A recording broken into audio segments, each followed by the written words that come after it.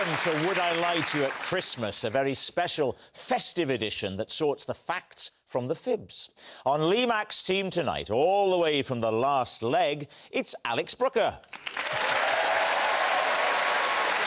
And a legendary star of stage and screen is the one and only Melvin Hayes.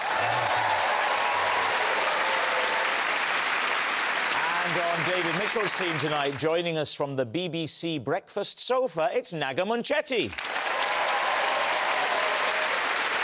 And she's the writer and broadcaster who's chosen to spend even more time with David this Christmas. It's Victoria Corrin Mitchell. We begin with round one, Home Truths, where our panellists read out a statement from the card in front of them. To make things harder, they've never seen the card before. They have no idea what they'll be faced with. It's up to the opposing team to sort the fact from the fiction. Alex is first tonight. OK. One Christmas, I had to ask the bin men for some of their tip back after I accidentally gave them an envelope containing 500 quid meant for my builder. David's team. Oh, right. So, when was this? This was about 6 years ago. I mean, you're evading VAT, that's what you're basically saying. It's not illegal to pay cash. Yeah. It could be that he was paying them, I don't know, £420 plus VAT. Were you paying $420 plus VAT? Nah, he just wanted cash in hand, 500 quid. So you prepared, like the beginning of a thriller, a second envelope with a different amount in it for the bin men? Yeah, so if I don't see him, I just leave it out. On the bin? Yeah, like, just behind the bin, they know. So when did you realise that something was wrong? Well, when I got in and went to pay the builder, and it was 20 quid. What did you do? Just phone up, like, Huddersfield Council. And luckily, they were honest. Right. They were honest bin men. Question from Melvin Hayes. As an onlooker, Yeah. I believe him. Yeah. Thank you, Melvin. So you ring up the council. Yeah. Because it's quite difficult getting through to the council, I find, on the phone. There's usually a long phone menu. I've never listened all the way to the end, but maybe there's one if you've accidentally given £480 in cash to the bin men at Christmas, press 9. Yeah. As far as I can remember, it was fairly straightforward. And what did you say? I just said, look, I live at this address. And the person said what? You're being very, very confrontational tonight, David. And quite trying to look at you. You sat forward. Is it because Victoria's here? You're like a stag stood at the top of a mountain. Look at him. He's like this. I'll tell you about this. And showing off in front of your wife. Do you tip the bin men and the recycling men separately? No, it's the same people. On the same day? They collect on the same day? No, it's week on, week off. 1 week they're coming and doing the recycling, and 1 week they're coming and doing the bins, so they're there every week.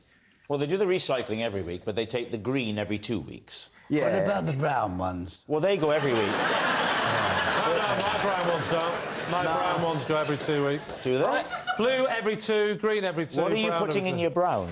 Well, I'm putting my garden waste in my brown. Yeah. What's in your green? My normal. Green recycling, brown food waste. Oh, no. brown- Food waste brown is in a gardening. small green one that you have to have Small completely brown separate. one. Small grey one. No, not two. Welcome to a brand new BBC show, Scenes from the Care Home. Right.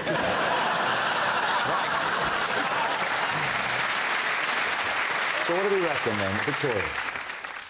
See, I don't think anyone just leaves £20 on a bin in the hope that the right people will grab it in the morning. What do you offer your bin men at Christmas? It depends what time of day they turn up, Rob. I also cannot believe that anyone doesn't know the difference between £500 in an envelope and £20 in an envelope, unless you are so minted that you just don't care. So you can say lie? We think lie? Yeah. We think lie. Yeah. Lie. Okay, Alex, they are unequivocal in thinking it's a lie. Was it a lie or was it actually true? Well, it was a lie.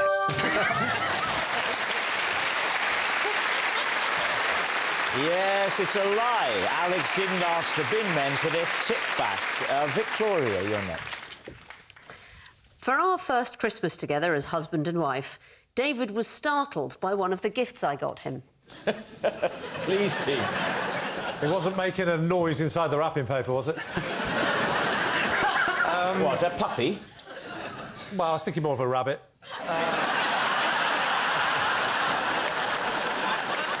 So I suppose the big question is, what was the present? It was, you'll like this, Lee, it was some sexy underwear. Oh, why would I like that? No, I'm always telling Victoria how attractive you find me. Who was to wear the underwear? It was, I bought for David to wear. Look at David's face. So it's for David. Describe the underwear. This is very awkward. For what Describe the... I mean, this genuinely, this is the stuff of nightmare. Yeah. If it helps in any way, I'm absolutely loving it. All right. So, David was broadly of the school of...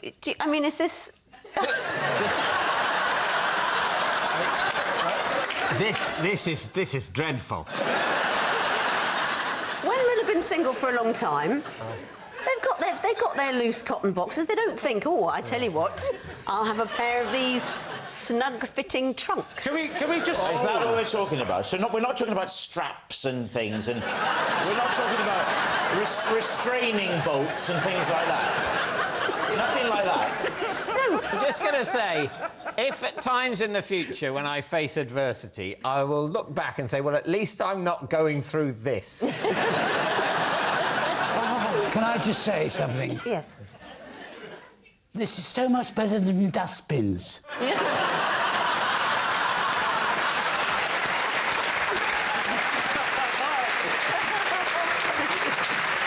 So it's Christmas morning. It's your first Christmas together as a married couple. You hand him this package. He opens it. Talk us through the moment of realisation. He sort of went, oh, it's underpants. And then he realised they were a bit clingy and possibly, in David's mind, somewhat French, you know. How long did it take before he wore them? Has he ever worn them? Oh, yes.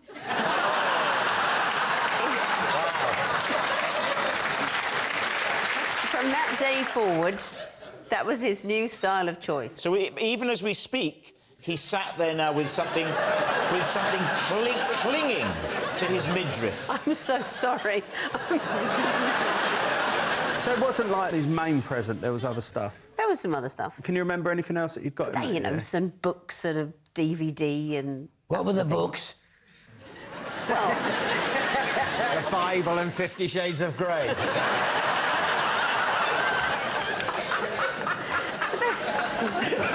So, Melvin, what do you make of this? I'm just excited. What do we think? Truth or lie? So what do you think, Alex? I can imagine you'd definitely be startled by it, but... Well, that bit. Yeah. If David's worn the same pair of pants all of his life until that moment, and I suspect he The has. same pair The of... same type of pants. I think it's true. You do. So, Melvin thinks it's true. Alex? I hope it's true. You're going to say that it's true. OK, they think it's true. Victoria, was it true or was it a lie? it is true.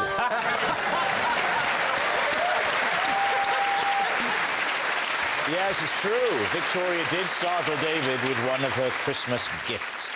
Melvin, you're next. I was once given just half an hour to learn how to drive a double-decker bus along the edge of a cliff.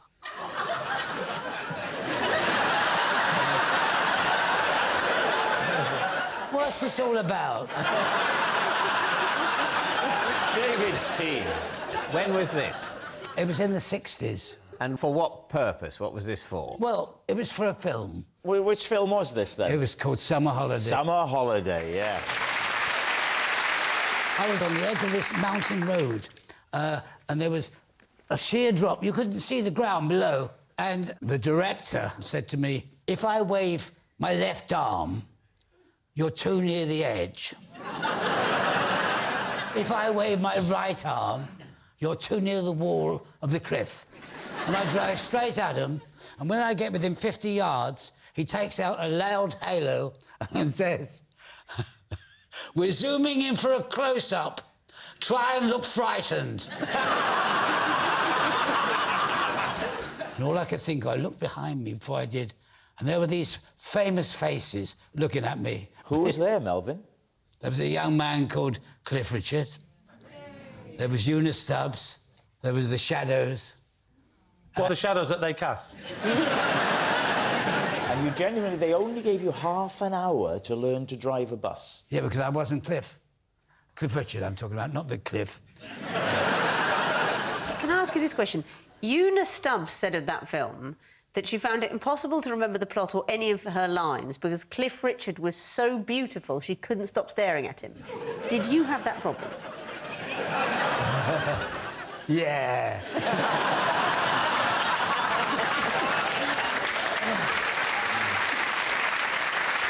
Naga, what do you think? It's so plausible and it's a brilliant story. Too brilliant to be a lie. Victoria. Summer Holidays, one of my all-time favourite films. Somebody gave an unforgettable performance as the bus driver. You decide if that was Melvin Hayes or not. I mean, I think the only question about the plausibility of this at all is whether you had so little training for that scene.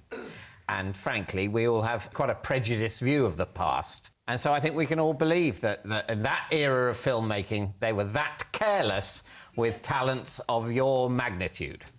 So, yes. Well said, well said. So they think it's true. Melvin, was it true or was it a lie? I am so sorry. It's true.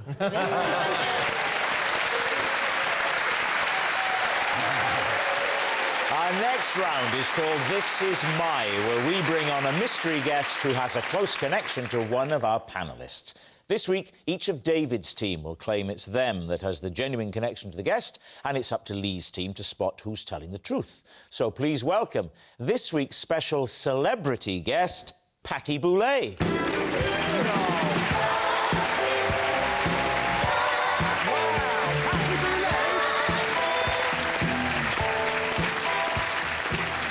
So, Victoria, what is Patty to you? This is Patty. When she starred in a pantomime of Aladdin, I was in the same production. Right. Naga, how do you know Patty? This is Patty. When we appeared on the Pointless Celebrities Christmas special, we both failed to identify someone from a picture who's in this room. Oh, right. And David, finally, what's your relationship with Patty? This is Patty. At a Christmas concert, she handed me a mince pie to cure my rumbly tummy that was ruining Silent Night. So, there we have it. Lee, where will you begin? So, Victoria, when was this? Sometime in the 90s. But you weren't an actress, were you? No, well, it was a non-speaking role. Oh. What was the role? I was the lion. Oh, you were in a costume? Yes. I'm trying to remember where the lion features in that classic story of Aladdin. Well, as I say, it wasn't a big role, and I'll be honest, I was only in it one time. What happened was, I was telling a friend of mine that I had never seen a panto before, and she worked at a newspaper, and she said, oh, I can probably get you some free tickets to that.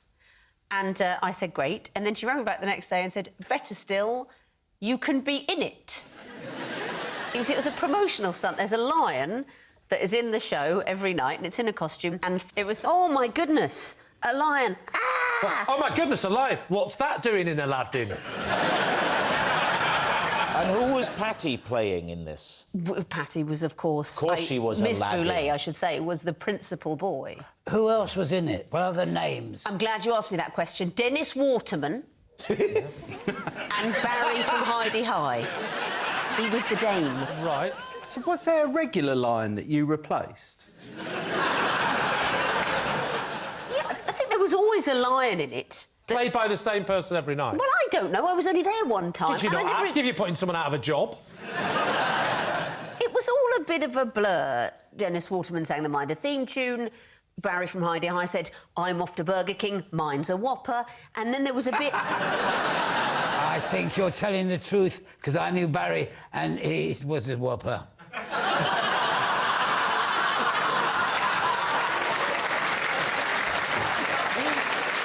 Who would you like to quiz next, Lee? Nugget, could you tell me how you know Patty... That's Patty Boulay! Could you tell me how you know Patty Boulay? We appeared on a Pointless Celebrities Christmas special, and one of the rounds involved identifying people. Right. And one of the pictures was of someone on this stage. Right. Were you... And we failed to identify them correctly. Well, tell you what, don't tell us who it was. Tell us what the question was. Is that how it works on Pointless? You had a picture screen That you looked at, and there were something like 9 pictures. Yeah. And they were all of famous Northerners.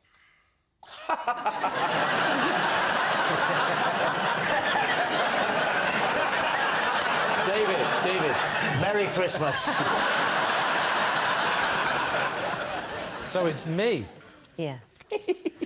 OK. I think from memory, you can't get help off Patty. No, but in the celebrity one, you can. Everyone whispers. You can get help off Patty. So even Patty doesn't know who I am. For God's sake, Patty! When you walked on, I went, where's Patty Boulay? Oh, it's Patty Boulay! And you didn't recognise this! Lee, sit down. Right, you know before when I said, oh my God, it's Patty Boulay, I don't want that in the edit. I don't want you to use this instead. Who's that woman stood up? Who is she? So who did you think Lee was then when you made the guess? If you say Brad Pitt, I'll forgive you. Jimmy Nail.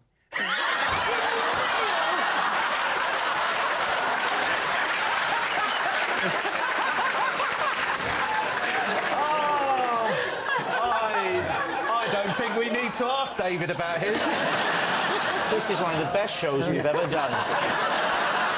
Here's the question. Had it been a picture of Rob, if the category was Welsh people, would you have recognised Rob? Of course. You've done Pointless, haven't you? Yeah.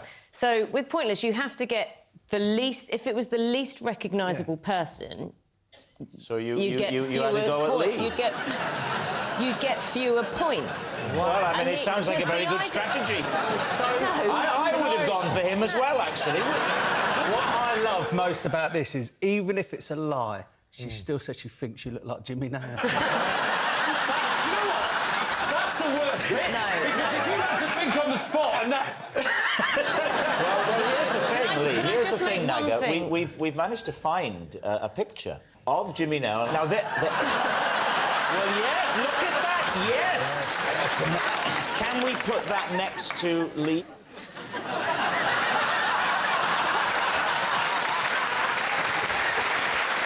Well. All right, are you happy to move on to David? David, remind me, please. Patty handed me a mince pie at a Christmas concert because my rumbly tummy was making a noise over Silent Night. It was ruining it. Was Patty on stage singing? No. Where was she? She was next to me, listening to the concert, holding a mince pie. Where was this, David? It was at the Royal Albert Hall. Oh, Right. lovely. I don't care about any other question than the one I'm going to ask. OK. Did she recognise you? I mean, look, I don't know. She seemed to. So no. Is there any significance about the word silent from Silent Night to the rumbling noise in your tummy? I think there is significance there, yes. I think that the rumbling... Because Silent Night, obviously, it's horrendously mistitled. What they should say Quiet Night, because it is obviously audible, and it wouldn't be the successful carol it is if it were entirely silent. But nevertheless, it's one of the quieter ones, and the noise my stomach was making would have been less of a problem during, say, Hark the Herald Angels Sing. I'm sorry I asked. So what people often are. Did you say you were near the front? No, I didn't say that. We were in a box. Oh. What was the occasion? It was like a BBC hospitality thing. Your stomach was that loud that it was audible for... It was actually ruining the performance. I don't Paddy. think it was audible throughout the hall. What sort of noises was it making? Because stomachs make a variety. It could be a gurgle, it could be a whine, it could be all sorts of things. Just recreate for us using that versatile tool of yours. Oh, no, I'll use that. I thought I'd use my mouth, but OK.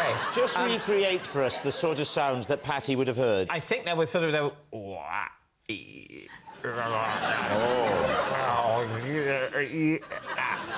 And Patty heard this and proffered a mince pie. Yeah. Was she sat behind you or in front of you? No. Was she sat to the side of you? That's it. Right next to me. She was right next to there. you. Didn't I ask earlier if she was next to you and you said no? If I did, I was lying. OK. Right, we need an answer. So, Lee's team, is Patty Victoria's panto pal, Naga's pointless partner, or David's pie provider? Let's take them individually, shall we? Right. So, Victoria. We like her. Well, we like her, but we can't just judge you by who we like. I'm just a bit worried because she's been standing there a long time. Yeah. She's liable to fall over. Well, what the audience don't realise is you're stood there, don't forget.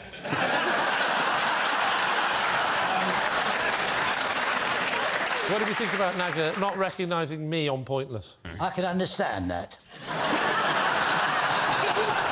I wasn't sure until the Jimmy Nail comparison. And then you thought... I was like... Yeah. Yeah, that was... I mean... I thought she nailed it.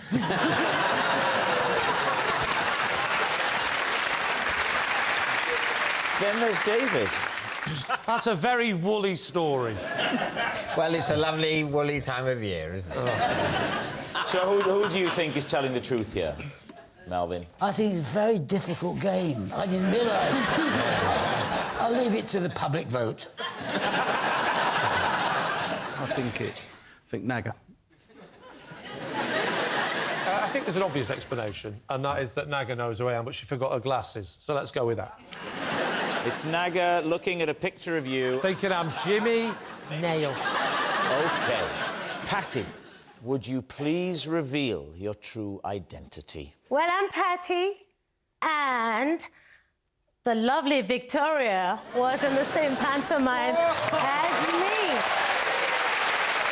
Yes, Patty is Victoria's panto pal. Thank you very much, Patty Boulet.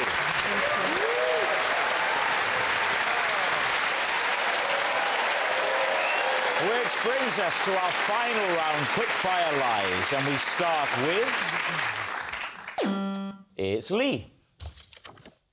One Christmas, after spotting them stranded at the side of the road, I let a couple called Mary and Joseph stay the night. Because there was no room at the Premier Inn.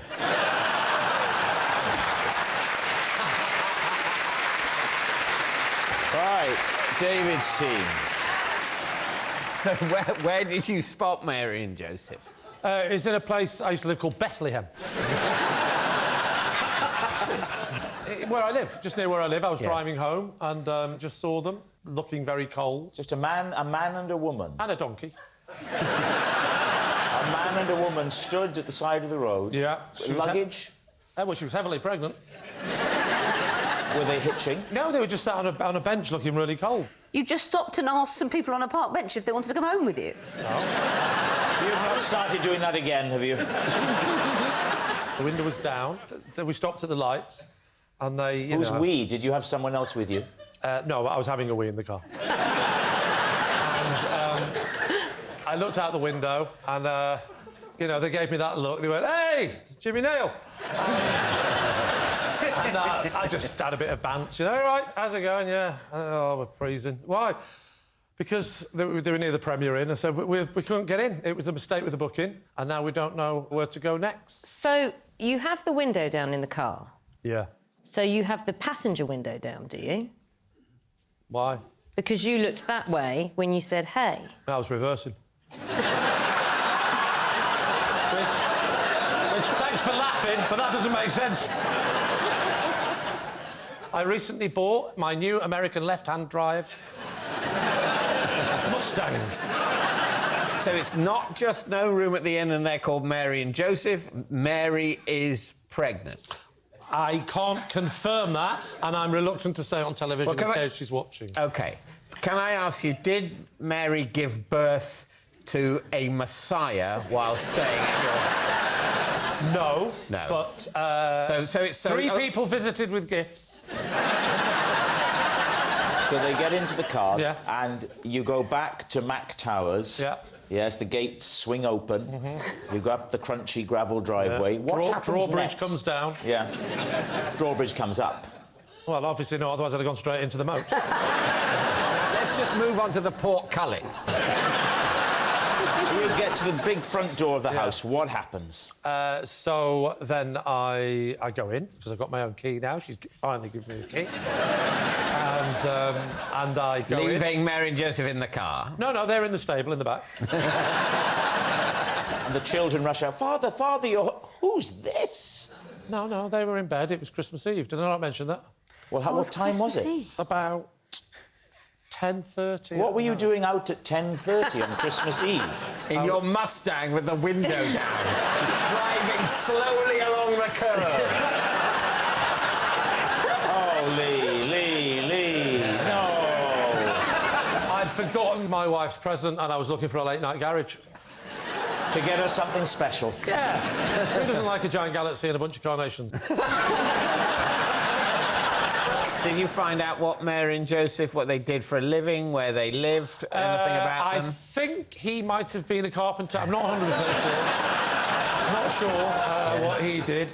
I know I think she may have been a jockey. When did they go? Because presumably the next morning... When did they leave the house, Lee? When did they leave the house? When they left the next morning early when my mate Brian came round, Brian Herod. So, what do we reckon? Naga, what do you think? I don't believe any of it. You don't believe any of it? Victoria, what are you thinking? I think it's not true because of the words that he spoke. Yes, all right. So your whole team are solid on that. Yes, I think it's not true. All right. Yeah. Lee, they think it's a lie. Was it a lie or was it actually true? It was, in fact, a lie.